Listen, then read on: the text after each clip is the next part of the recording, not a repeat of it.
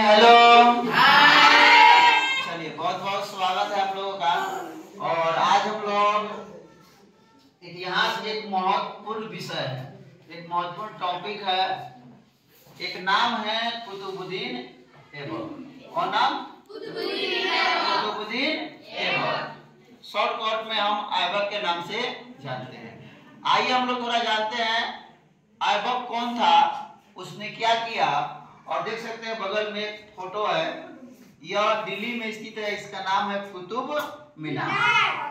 तो इससे संबंधित जो भी जानकारी है उसको एक झलक में देख लेते हैं। सबसे पहले आपको पता होना चाहिए कि जो कुतुबुद्दीन ऐबक था, ठीक, वह एक गुलाम था।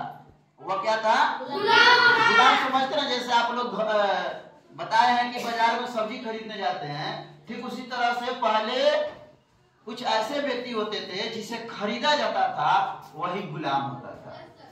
तो अपने भारत में जब सल्तनत काल की शुरुआत हुई तो सल्तनत काल का एक शासक था जिसका नाम था मोहम्मद गौरी। और मोहम्मद गौरी ने क्या किया, कुतुबुद्दीन ऐबक को गुलाम बनाकर लाया, ठीक। और वही कुतुबुद्दीन ऐबक आगे चलकर एक वंश का स्थापना कर दिया जिसे हम गुलाम वंश के नाम से जानते हैं। तो पहला सवाल पूछ लिया जाए कि गुलाम वंश का संस्थापक कौन था? कौन था? अच्छा, दूसरा सवाल पूछ दिया जाएगा आपसे कि कुतुबुद्दीन ऐबक किसका गुलाम था? मोहम्मद गौरी का, ठीक। किसका? मोहम्मद गौरी का क्या था? गुलाम, ठीक। इसने क्या किया, दिल्ली में गुलाम वंश की स्थापना कर दिया। आइए हम लोग थोड़ा जानते हैं कुतुबुद्दीन ऐबक यह तुर्किस्तान का रहने वाला था। कहाँ का रहने वाला था? तुर्किस्तान। याद कर लेंगे बढ़िया से कि कहाँ का रहने वाला था? तुर्किस्तान, ठीक। 1150 में, हम कुछ डेट लिख रहे हैं, आप लोग याद कीजिएगा बढ़िया से। 1150, 1206 और 1210, ठीक। ये तीन काल कुतुबुद्दीन ऐबक से संबंधित काफी इंपॉर्टेंट है। 1150 इसलिए महत्वपूर्ण है क्योंकि 1150 में कुतुबुद्दीन ऐबक का जन्म होता है। कब होता है? कब होता है? 1150, ठीक। 1206 में क्या हुआ, वह दिल्ली के गद्दी पर बैठा, ठीक। गुलाम वंश का संस्थापक बना, इसलिए 1206 याद रखेंगे। दिन भी याद रखेंगे।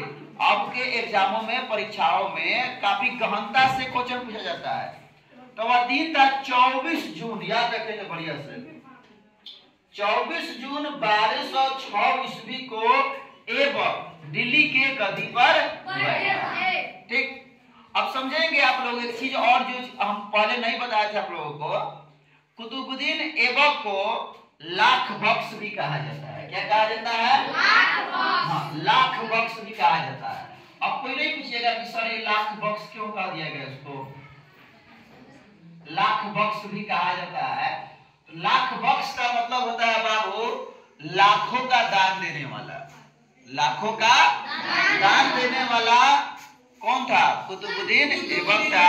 इसीलिए कुतुबुद्दीन ऐबक को लाख बख्श भी कहा जाता है। कोई दिक्कत नहीं। चलिए, कुतुबुद्दीन ऐबक खास करके इसके नाम से दिल्ली में एक बहुत ही चमचमाती, मन को मोह लेने वाली, आंखों को अपने तरफ खींच लेने वाली एक मीनार है जिसे हम कुतुब मीनार के नाम से जान सकते हैं, ठीक।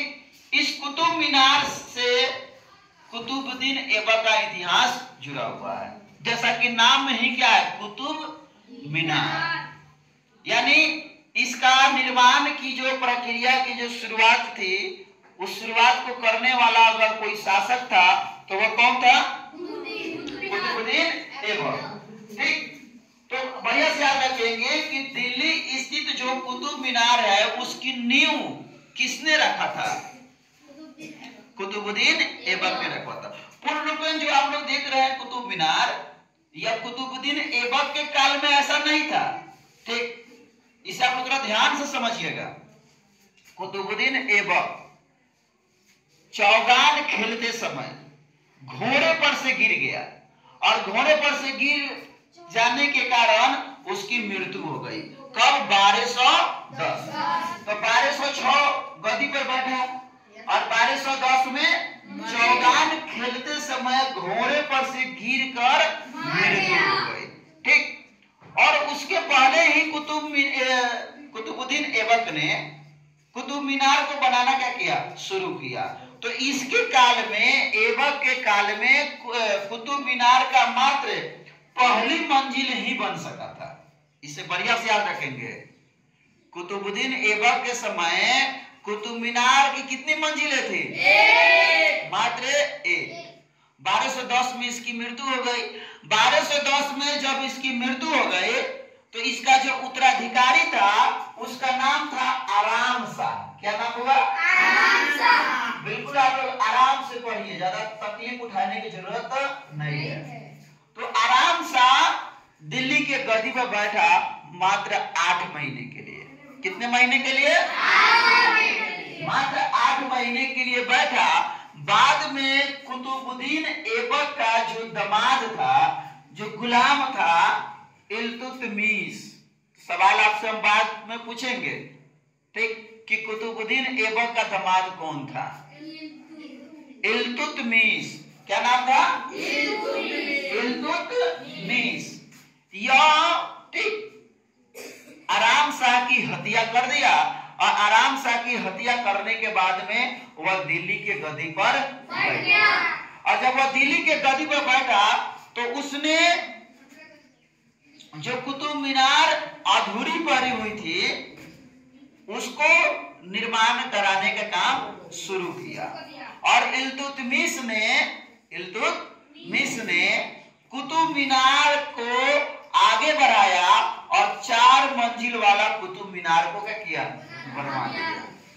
यानी पूछ दिया जाए कि इल्तुतमिश के समय कुतुब मीनार में कितने मंजिलें थी? 4। या ऐसे पूछ दिया जाए कि किसके काल में कुतुब मीनार में 4 मंजिल थे? इल्तुतमिश के। 1236 ईस्वी में, याद रखेंगे ये डेट, 1236। कैसे याद करेंगे? 1236 ईस्वी में इल्तुतमिश की मृत्यु हो गई। इल्तुतमिश मर गया। ठीक, वो भी तुर्किस्तान का रहने वाला था, वो एक इलवरी तुर्क था।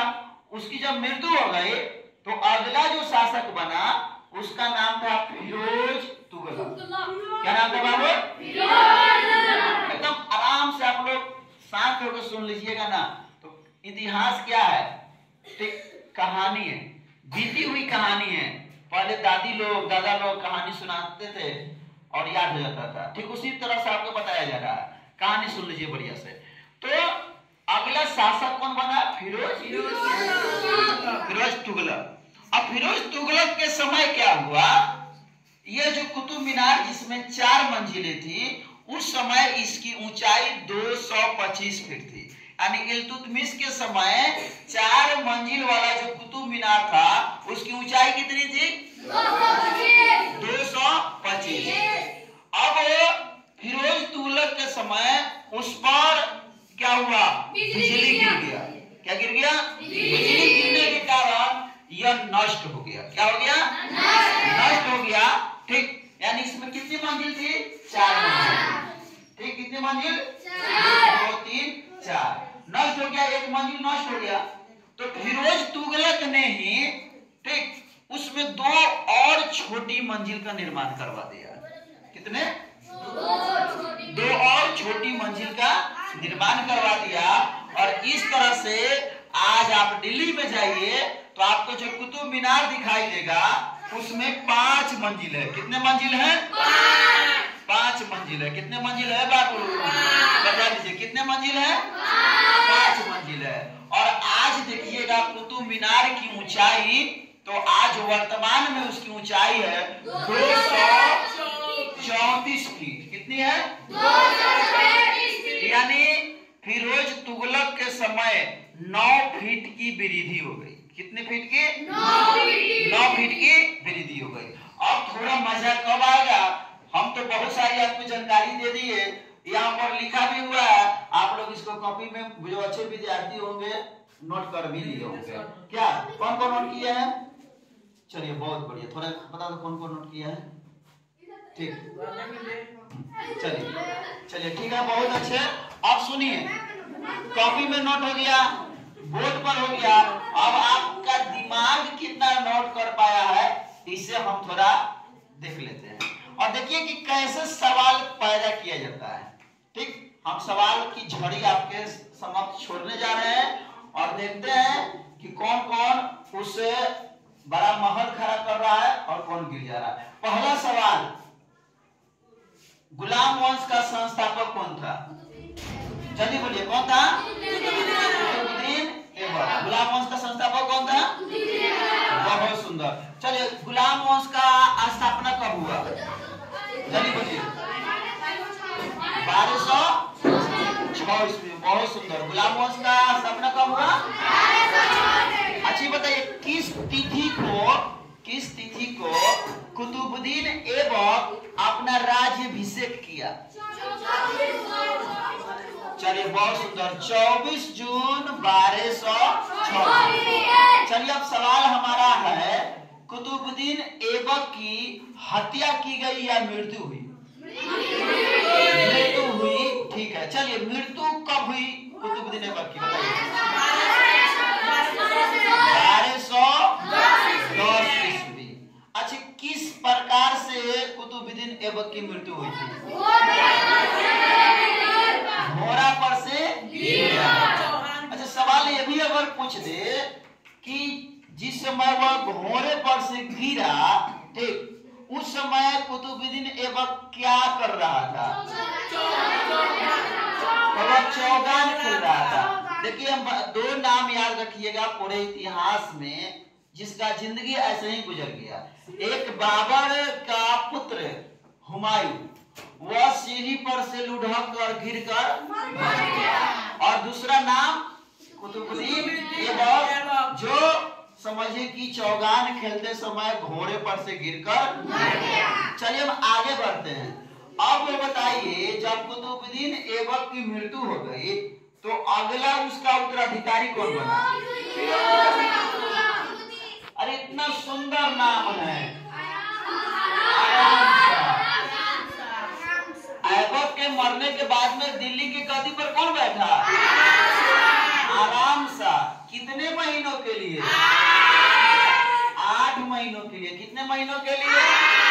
8 महीनों के लिए बैठा। ठीक, अब बोलिए, आराम शाह की मृत्यु हुआ कि हत्या हुआ? हत्या हुआ। मृत्यु और हत्या दोनों में अंतर है। ठीक, इसकी चलिए बताइए, आराम शाह की हत्या किसने किया?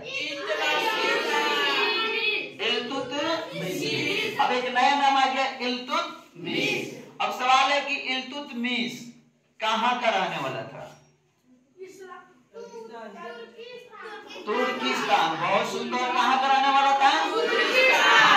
वह तुर्किस्तान का इलबरी तुर्क था। कुतुबुद्दीन ऐबक भी कहाँ का रहने वाला था? तुर्किस्तान का। अच्छा, कुतुबुद्दीन ऐबक का जन्म कब हुआ था? 1150। मृत्यु कब हुआ? चलिए, अब एंट्री हो गया इल्तुतमिश की। अब बताइए, अगर पूछ दिया जाए आपसे कि इल्तुतमिश ने, ठीक, कुतुब मीनार में कितने मंजिल बनवाया? यानी इल्तुतमिश के समय कुतुब मीनार की मंजिलें कितनी थी? इल्तुतमिश के समय कुतुब मीनार की ऊंचाई कितनी थी? 225, यानी 225 फीट। कितनी? अब बताइए, इल्तुतमिश, ठीक, वह किसका दामाद था? वह कुतुबुद्दीन ऐबक का ही क्या था? दामाद था। उसका गुलाम था, उसका दामाद था। अच्छा, ये आप बताइए, जब इल्तुतमिश की मृत्यु कब हुआ बताइए? हाँ, इल्तुतमिश की मृत्यु कब हुई? 1236 ईस्वी में। कब हुई? चलिए, ये भी बता दीजिए, जब इल्तुतमिश मरा तो उसके बाद कौन गद्दी पर बैठा? कौन? देखो, इल्तुतमिश का भी बेटा था, इल्तुतमिश का पुत्र था, वो बैठा गद्दी पर। लेकिन इस बीच में एक सवाल आता है कि कुतुब मीनार जो हम लोग देखते हैं, जिसकी आज कितनी मंजिल है, तो इस 5 मंजिल की थोड़ा कहानी हम अभी बताएं आपको कि क्या हुआ था। बिजली गिरने के कारण यह ध्वस्त हो गया था। किसके काल में? फिरोज तुगलक के काल में। अच्छा, फिरोज तुगलक ने उसमें कितने मंजिल? फिरोज तुगलक के समय कुतुब मीनार की ऊंचाई कितनी हो गई? 244, 9 फीट की वृद्धि हो गई थी। कितनी फीट की वृद्धि हो गई? तो आप लोग बताइए ईमानदारी से दिल पे हाथ रख के, मजा आया ना? मजा आया? तो इतिहास बकवास नहीं है। इतिहास में समझिए कि बहुत सुंदर सा रस है। जो इसको बढ़िया से पढ़ लेगा उसके लिए समझिए कि यह बहुत ही बढ़िया दावा का काम करेगा। और जो इसको बढ़िया से नहीं पढ़ा, आनंद नहीं लिया, तो फिर यह क्या करेगा? उसको बहुत दुख देगा। ठीक, क्योंकि बहुत सारे लोग कहते हैं कि इतिहास क्या है? बेवफा है। इतिहास, हिस्ट्री इज बेवफा। ठीक, सुबह पढ़िए तो शाम को सफा। हिस्ट्री इज बेवफा, सुबह पढ़िए शाम को सफा, शाम पढ़िए सुबह को सफा। हिस्ट्री इज बेवफा। लेकिन ऐसी बात नहीं है। हिस्ट्री में मजा आया कि नहीं मजा आया? पता है कुतुबुद्दीन ऐबक का जन्म कब हुआ था? 1100